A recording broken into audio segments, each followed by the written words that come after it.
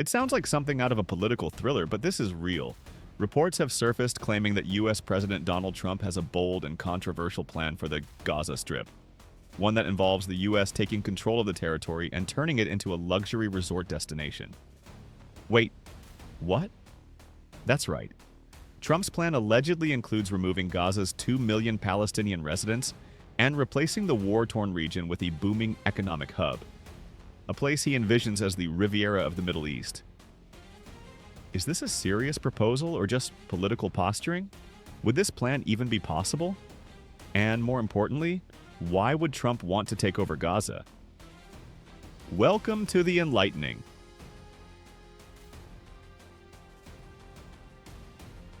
This story first gained traction earlier this year when reports emerged that Trump was privately discussing a plan to relocate Gaza's population to neighboring countries.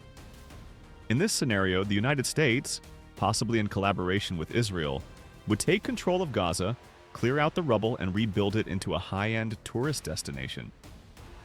The plan reportedly envisions luxury hotels, casinos, and beaches to attract global tourists, major infrastructure projects to create jobs, a permanent U.S. presence to maintain stability. Trump himself has not confirmed these details, but various sources suggest the idea has been floating around behind closed doors. Some reports even claim that the Israeli government supports the plan, with certain Israeli officials believing it could permanently resolve the Gaza conflict. But if this were to happen, where would the current population of Gaza go?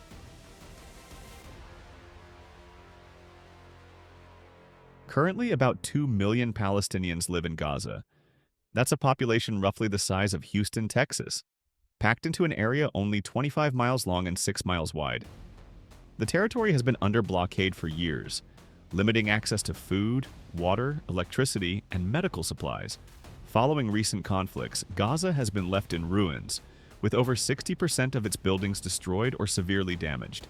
Trump's rumored plans suggest that Gaza's residents could be relocated to Egypt, Jordan, or other Arab nations. But there's a big problem. None of these countries want to take in 2 million refugees. Egypt has already rejected the idea. Jordan, which already has a large Palestinian population, has also refused. Even Saudi Arabia and the UAE have stayed silent, indicating they aren't interested in participating.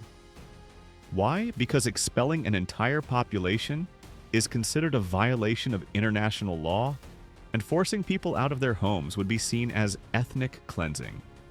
The United Nations and human rights groups have condemned the proposal for this reason, calling it a dangerous precedent that could destabilize the region. So, if Gaza's residents can't be relocated, does that mean Trump's plan is dead on arrival?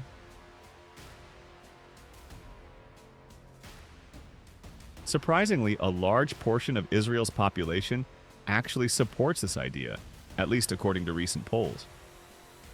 A 2025 survey found that 68% of Israeli adults believe Gaza should be depopulated. The belief is that as long as Palestinians remain in Gaza, the cycle of violence will continue. Israeli Defense Minister Israel Katz has even suggested creating a government agency dedicated to helping Palestinians leave Gaza voluntarily. But would it really be voluntary if residents were given no other option? Critics argue that this is simply a cover for forced expulsion, and that no amount of luxury resorts or economic investment can justify mass displacement. Still, Trump's rumored plan has had a major impact on Israeli politics. Some analysts believe that just the idea of American involvement in Gaza has shifted Israeli policy toward more aggressive measures. And while some Israelis support the idea, the rest of the world does not.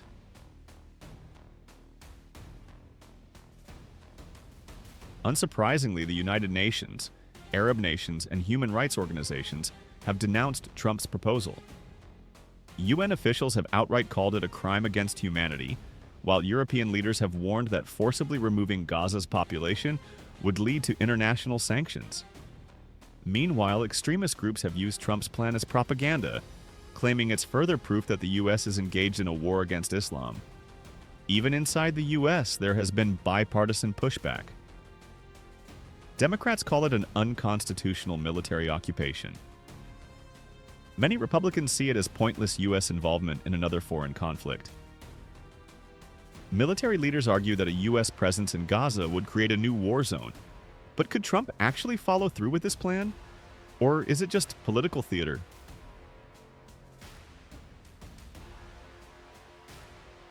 Here's what would need to happen. The U.S. would have to invade Gaza. This would likely trigger a massive regional war involving Iran, Hezbollah, and Palestinian militant groups. The world would have to accept it.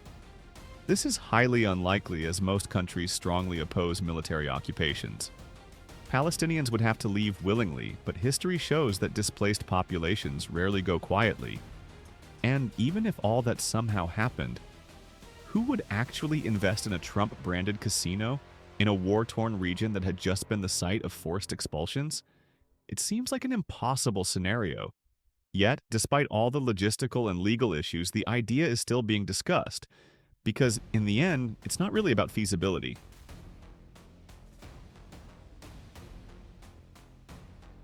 So, if this plan is unlikely to succeed, why is it being talked about at all? Some analysts believe that Trump's real goal isn't to actually take over Gaza, but rather to appeal to his pro-Israel base. Many evangelical Christians and conservative voters support a stronger U.S.-Israel alliance, boost Netanyahu's standing. The Israeli prime minister is facing political challenges, and this plan could help solidify his power. Shift focus from domestic issues. Talking about foreign policy victories can distract from the controversies at home. It's also possible that this is just another bold Trumpian statement, something he throws out there without ever intending to follow through.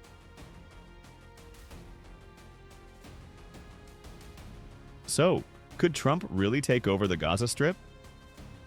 Legally, no. The international community would never allow it. Logistically, no. The cost and risks would be astronomically high. Politically, maybe.